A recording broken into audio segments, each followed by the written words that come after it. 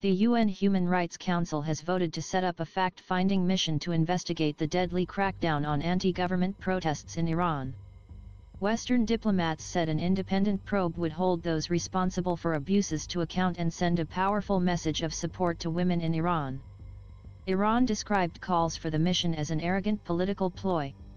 Opening the session in Geneva, UN Human Rights Chief Volker Turk warned that Iran was in a full-fledged crisis.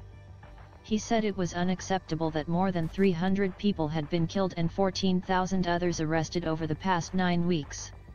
The women-led protests erupted following the death in custody of 22-year-old Mahsa Amini, who was detained by morality police for breaking Iran's strict rules on hijabs, or headscarves. They have since spread to more than 150 cities and 140 universities in all 31 of the country's provinces and are seen as one of the most serious challenges to the Islamic Republic since the 1979 revolution. The vote on the proposal to establish a fact-finding mission was not as close as expected, with 25 states in favor, 6 against, and 16 abstaining. A last-minute amendment proposed by China that would have removed a reference to the mission was also soundly defeated. U.S. Secretary of State Antony Blinken praised the result, saying it would help ensure that those engaged in the ongoing violent suppression of Iranian people are identified and their actions documented. BBC Geneva correspondent Imogen Fowles says it is unlikely that Iran's government will allow the investigating team into the country. However, she adds, UN investigations into Syria and Myanmar have been successfully carried out remotely. Before the vote, Mr. Turk told the Council that he backed an independent investigation into alleged abuses because domestic probes by Iranian authorities had failed to meet international standards. He said it had pained him to see what was happening in Iran, recalling the images of children killed, of women beaten in the streets, of people sentenced to death. The unnecessary and disproportionate use of force must come to an end.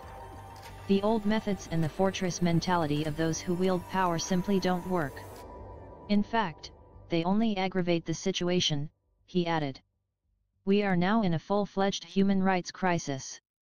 The UN human rights chief accused Iranian security forces of showing blatant disregard of international rules by using live ammunition, birdshot and other metal pellets, tear gas, and batons against unarmed demonstrators and bystanders who posed no threat to life. German Foreign Minister Annalena Baerbock told the Council that Iran had repeatedly ignored calls to respect human rights and stop its crackdown, adding, "The only answer we received was more violence, more death. If we don't collect the evidence today, if we don't support this resolution, justice will never come to the victims." But Iran's representative, Khadija Karimi, said Western countries lack the moral credibility to preach. Reducing the common cause of human rights to a tool for political purposes of specific groups of Western countries is appalling and disgraceful, she said. China's ambassador, Chen Su, warned against turning human rights into a tool to intervene into other countries' internal affairs. In a separate development on Thursday, Iranian semi-official media reported that the footballer Voria Ghafouri had been arrested on suspicion of anti-state propaganda. The hardline Fars news agency said the 35-year-old former member of Iran's national team had criticized the government and supported rioters, a term authorities have used to portray the protesters.